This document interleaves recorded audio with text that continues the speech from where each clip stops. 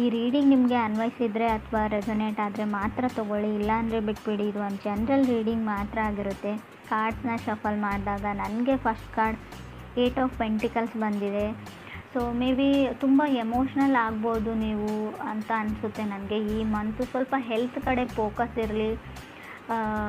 ತುಂಬ ಸಣ್ಣ ಪುಟ್ಟ ತೊಂದರೆಗಳಂತ ಹೇಳಲ್ಲ, ಏನಾದರೂ ತಾಗಿಸ್ಕೊಡ್ತೀರಾ, ಬೆರಳುಗಳ ಬಗ್ಗೆ ಹುಷಾರಾಗಿರಿ. ಸೊ ನೆಕ್ಸ್ಟ್ ಬರೋ 30 ಡೇಸ್ವರೆಗೂ ಸ್ವಲ್ಪ ಡಿಫಿಕಲ್ಟೀಸ್ ಅಂತ ಹೇಳ್ತೀನಿ. ಸ್ವಲ್ಪ ಪೇಷನ್ಸ್ ಇಂಪಾರ್ಟೆಂಟ್. ಹಾಗೆ ಸ್ವಲ್ಪ ಹೊಸ ವ್ಯಕ್ತಿಗಳನ್ನ ಮೀಟ್ ಆಗ್ತೀರಾ, ಮೋಸ ಹೋಗೋ ಚಾನ್ಸಸ್ ಕೂಡ ಅಷ್ಟೇ ಇರುತ್ತೆ. ಸಡನ್ ಡಿಫಿಕಲ್ಟೀಸ್ನ ಕೂಡ ನಾನು ಹೇಳ್ತೀನಿ. 8 of pentacles paying bills and loans ಅಂತ ಹೇಳುತ್ತೆ. 9 to 5 ವರ್ಕ್, ಓವರ್ ವರ್ಕ್ ನಿಮ್ಮದು, ನಿಮ್ಮ ಪಾರ್ಟ್ನರ್ದು. ಚಾಲೆಂಜಸ್ ಇಂಪ್ರೂವ್ ಆಗುತ್ತೆ, ಸ್ವಲ್ಪ ನೀವು ಬ್ಯಾಲೆನ್ಸ್ನ ನೋಡ್ತೀರಾ. ಸೆಕೆಂಡ್ ಕಾರ್ಡ್ ನನಗೆ 8 ಆಫ್ ವಾಂಡ್ಸ್ ಬಂದಿದೆ. ತುಂಬ ಕಾನ್ಸಂಟ್ರೇಷನ್ ಅಗತ್ಯ ಇದೆ ರಿಲೇಷನ್ಶಿಪ್ ಬಗ್ಗೆ ಮತ್ತು ನೀವು ಮಾಡೋ ಕೆಲಸದ ಬಗ್ಗೆ ಅಂತ ಕೂಡ 8 ಆಫ್ ವಾಂಡ್ಸ್ ಹೇಳ್ತಾ ಇದೆ. ಸೊ ಥರ್ಡ್ ಕಾರ್ಡ್ ನನಗೆ ನೈಟ್ ಆಫ್ ವಾಂಡ್ಸ್ ಬಂದಿದೆ. ತುಂಬ ಹಾರ್ಡ್ ವರ್ಕಿಂಗ್ ಇದ್ದೀರಾ. ನಾನು ಆಗಲೇ ಹೇಳಿದೆ, ಸ್ಯಾಟರ್ನ್ ಇದ್ದಾನೆ ಅಂದರೆ ಹಾರ್ಡ್ ವರ್ಕ್ ನೀವು ಮಾಡಲೇಬೇಕು. ಸೊ ಕೆಲವರು ಈ ಚಾಲೆಂಜಸ್ಸಿಂದ ಹೊರಗಡೆ ಹೋದ್ರಾಯ್ತು ಅನ್ನೋ ಪ್ಲ್ಯಾನಲ್ಲಿದ್ದೀರಾ, ಬಟ್ ಅದು ಹಾಗಾಗೋದಿಲ್ಲ. ನೀವು ಅದನ್ನೆಲ್ಲ ಕ್ಲಿಯರ್ ಮಾಡೇ ನೀವು ಲೈಫ್ ಇರೋದೇ ಹಾಗೆ, ಏನೂ ಮಾಡೋಕ್ಕಾಗೋದಿಲ್ಲ. ಬಟ್ ಇಲ್ಲಿ ಕೆಲವರು ತುಂಬ ಲೇಝಿ ಇದ್ದೀರಾ. ನೀವು ಕನೆಕ್ಟ್ ಆಗಿರೋ ಪರ್ಸನ್ನು, ಅದ್ರ ಕಡೆ ಕೂಡ ಗಮನ ಕೊಡಿ. ಸ್ವಲ್ಪ ಆ್ಯಕ್ಟಿವ್ ಆಗಿರಿ, ಜಿಮ್ಗೆ ಹೋಗಿ, ವ್ಯಾಯಾಮ ಮಾಡಿ, ಜಾಗಿಂಗ್ ಮಾಡಿ, ಫಿಟ್ನೆಸ್ ಫ್ರೀಕ್ ಆಗಿರಿ ಅಂತ ಕಾರ್ಡ್ ಹೇಳುತ್ತೆ. ಫೋರ್ತ್ ಕಾರ್ಡ್ ನನಗೆ ಏಸ್ ಆಫ್ ವಾಂಡ್ಸ್ ಬಂದಿದೆ. ಟ್ರಾವೆಲ್ ರಿಸ್ಟ್ರಿಕ್ಷನ್ಸ್ ಅಂತ ಹೇಳುತ್ತೆ. ಯಾವುದಕ್ಕೋ ಏನೋ ಪ್ಲ್ಯಾನ್ ಮಾಡಿರ್ತೀರಾ, ಟ್ರಾವೆಲ್ ಮಾಡಬೇಕು, ನಿಮ್ಮ ಪಾರ್ಟ್ನರ ಮೀಟ್ ಆಗಬೇಕು ಅಂತ.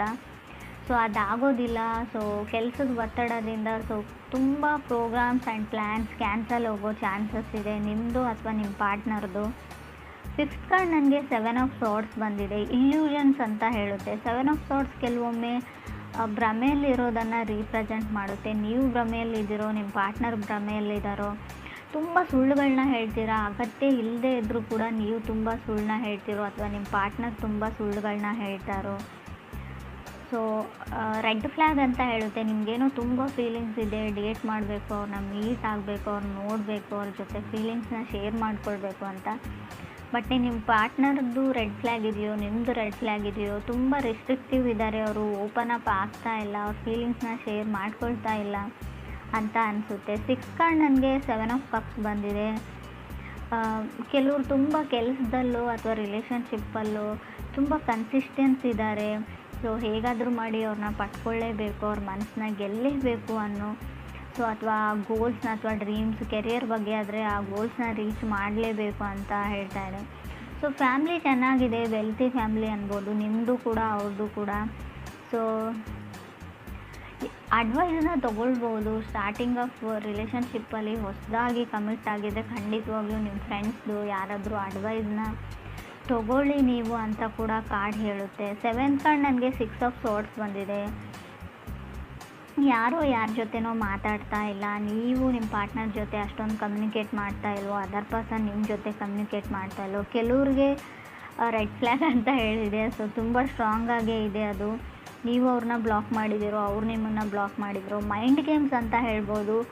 ಸೊ ಮೈಂಡ್ ಗೇಮ್ಸ್ ಕೂಡ ಕಾಣ್ತಾ ಇದೆ. ಕೆಲವರಿಗೆ ಮಾತ್ರ ಫ್ರೆಂಡ್ಸ್, ಎಲ್ರಿಗೂ ಅಲ್ಲ. 8th ಕಾರ್ಡ್ ನನಗೆ ನೈಟ್ ಆಫ್ ಪೆಂಟಿಕಲ್ಸ್ ಬಂದಿದೆ.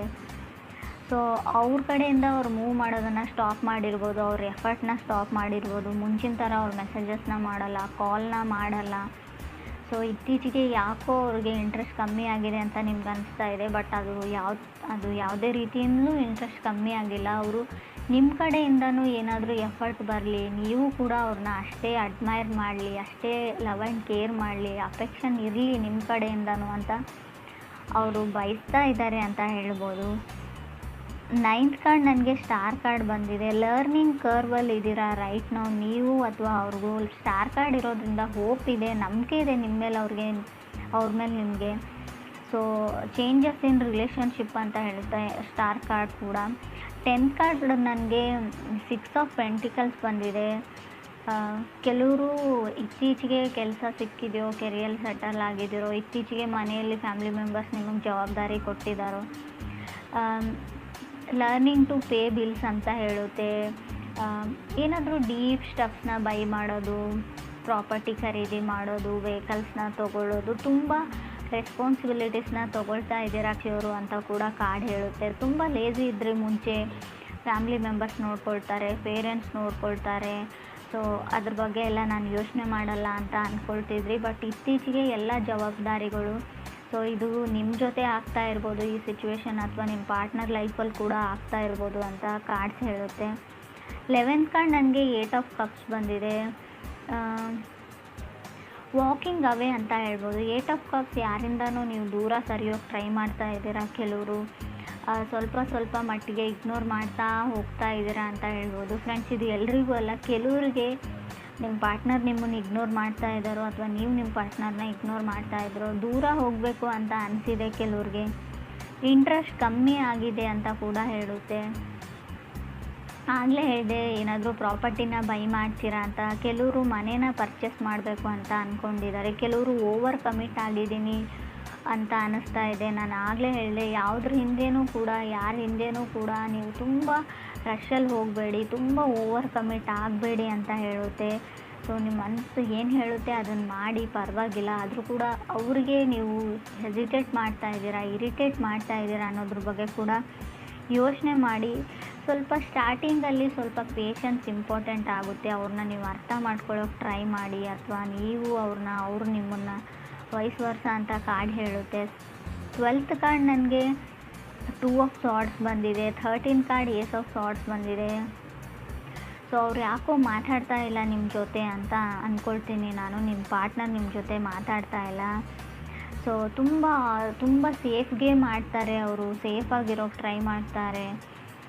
ಮೇ ಬಿ ಕೆಲವ್ರಿಗೆ ತುಂಬ ಟಾಕ್ಸಿಕ್ ರಿಲೇಷನ್ಶಿಪ್ಪಲ್ಲಿ ಇದ್ರಿ, ನಿಮ್ಮ ಫ್ಯಾಮಿಲಿ ಮೆಂಬರ್ಸ್ ನಿಮ್ಮನ್ನು ಸೇವ್ ಮಾಡಿದರು, ಆ ವ್ಯಕ್ತಿ ಸರಿಯಿಲ್ಲ ಅಂತ ಹೇಳಿದರು, ಅದಾದಮೇಲೆ ನೀವು ಹೊರಗಡೆ ಬಂದ್ರಿ. ಸೊ ಟೈಮ್ ಟು ಲರ್ನ್ ಅಂತ ಹೇಳುತ್ತೆ.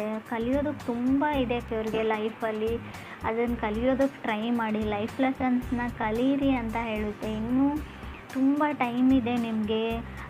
ಯಾವ ವ್ಯಕ್ತಿಗಳು ಯಾವ ಥರ, ಯಾರ ಜೊತೆ ಹೇಗೆ ನಡ್ಕೊಳ್ಬೇಕು ಅನ್ನೋದನ್ನು ಕಲೀರಿ. ಯಾವಾಗಲೂ ಫನ್ ಆ್ಯಂಡ್ ಜೋಕಲ್ಲೇ ಇರಬೇಡಿ ಅಂತ ಕೂಡ ಕಾರ್ಡ್ಸ್ ಹೇಳುತ್ತೆ.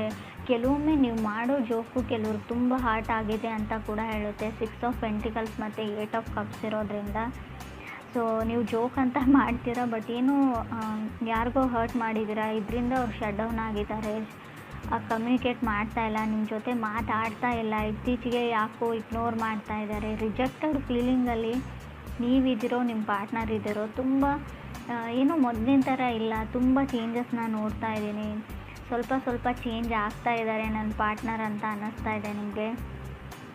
ಇದರಿಂದ ಟ್ರಿಗರ್ ಆಗ್ತಾ ಇದ್ದೀರಾ, ಇಬ್ಬರಲ್ಲೊಬ್ಬರು ಹರ್ಟ್ ಆಗ್ತಾ ಇದೆ ನಿಮಗೆಲ್ಲೋ ಒಂದು ಕಡೆ. ಬಟ್ ನೀವು ಅದನ್ನು ಓಪನ್ ಆಗಿ ಅವ್ರ ಜೊತೆ ಡಿಸ್ಕಸ್ ಮಾಡಿಲ್ಲ. ಸೊ ಅದನ್ನು ಕೇಳಿಬಿಡಿ, ಅವ್ರಿಗೆ ಏನು ಪ್ರಾಬ್ಲಮ್ಮು, ಏನು ನಡೀತಾ ಇದೆ ಅಂತ. ಸೊ ಒಂದು ಸಲ ಕ್ಲಿಯರ್ ಮಾಡಿಕೊಂಡು, ಸೊ ಅದರಿಂದ ಅವ್ರಿಗೆ ಇಷ್ಟ ಇಲ್ಲ ಅಂದರೆ ಅದರಿಂದ ಹೊರಗಡೆ ಬನ್ನಿ ಅಂತಲೇ ನಾನು ಹೇಳ್ತೀನಿ. ಸೊ ಬೀಯಿಂಗ್ ಹ್ಯಾಪಿ ಅಂತ ಅನಿಸುತ್ತೆ, ಖುಷಿಯಾಗಿದ್ದೀರಾ. ಬಟ್ ಚಾಲೆಂಜಸ್ ಸ್ವಲ್ಪ ಜಾಸ್ತಿ ಇದೆ ಫೆಬ್ರವರಿಯಲ್ಲಿ ಕಟಕ್ ರಾಶಿಯವ್ರಿಗೆ. ಚಾಲೆಂಜಸ್ ಅಂದರೆ ತುಂಬ ಕಷ್ಟಗಳು ಬರ್ತಾವೆ ಅಂತ ಅಲ್ಲ, ಸ್ವಲ್ಪ ಬ್ಯುಸಿಯಾಗಿರ್ತೀರ, ತುಂಬ ಕೆಲಸಗಳಿರ್ತವೆ, ಓಡಾಟ ಇರುತ್ತೆ, ಶಾಪಿಂಗ್ ಇರುತ್ತೆ, ಪರ್ಚೇಸ್ ಇರುತ್ತೆ, ಕೆಲವು ಜವಾಬ್ದಾರಿಗಳಿರುತ್ತೆ, ಪೂಜೆ ಇರುತ್ತೆ. ಸೊ ಮನೆಗೆ ನೆಂಟರು ಬರ್ಬೋದು, ತುಂಬ ಅಂದರೆ ತುಂಬ ಟ್ರಾವೆಲಿಂಗ್ ಕೂಡ ಇರುತ್ತೆ. ಆಲ್ರೆಡಿ ಕೆಲವರು ಟ್ರಾವೆಲಿಂಗ್ನ ಮುಗಿಸ್ಕೊಂಡು ಬಂದಿರ್ಬೋದು. ಕೆಲವ್ರಿಗೆ ಬಹಳ ಬೇಗ ಈ ಡಿಫಿಕಲ್ಟೀಸ್ ಎಂಡ್ ಆಗುತ್ತೆ, ಕೆಲವ್ರಿಗೆ ಮಂತ್ ಕೊನೆಯಲ್ಲಿ ಕೂಡ ಎಂಡ್ ಆಗ್ಬೋದು ಡಿಫಿಕಲ್ಟೀಸ್. ಬಟ್ ಯೋಚನೆ ಮಾಡೋ ಅಗತ್ಯ ಇಲ್ಲ, ಸ್ವಲ್ಪ ಹೆಲ್ತ್ ಕಡೆ ಜಾಸ್ತಿನ ಗಮನ ಕೊಡಿ ನೀವು ಅಂತ ಹೇಳ್ಬೋದು. ಸಡನ್ನಾಗಿ ಕೋಲ್ಡ್ ಆಗ್ಬೋದು, ಸಡನ್ನಾಗಿ ವೆದರ್ ಚೇಂಜ್ ಆಗೋದ್ರಿಂದ, ಟ್ರಾವೆಲ್ ಮಾಡಿ ಬೇರೆ ಊರು ಅಥವಾ ಸಿಟಿಗೆ ಹೋಗೋದ್ರಿಂದ ಸಡನ್ ಹೆಲ್ತ್ ಇಶ್ಯೂಸ್ ಬರ್ಬೋದು. ನಡೆಯುವಾಗಲೂ ಅಥವಾ ಶೂಸ್ ಅಥವಾ ಏನಾದರೂ ಇದ್ದರೂ ಕೂಡ ಸ್ವಲ್ಪ ಚೆನ್ನಾಗಿರೋ ಶೂಸ್ನ ಹಾಕ್ಕೊಂಡಿರಿ ಅಂತ ನಾನು ಹೇಳ್ತೀನಿ. ಬೆರಳುಗಳ ಬಗ್ಗೆ ಸ್ವಲ್ಪ ಕೇರ್ಫುಲ್ ಆಗಿರಿ. ಕೊನೆಯದಾಗಿ ಹೇಳೋದಾದ್ರೂ ನಾನು ಅದನ್ನೇ ಹೇಳ್ತೀನಿ.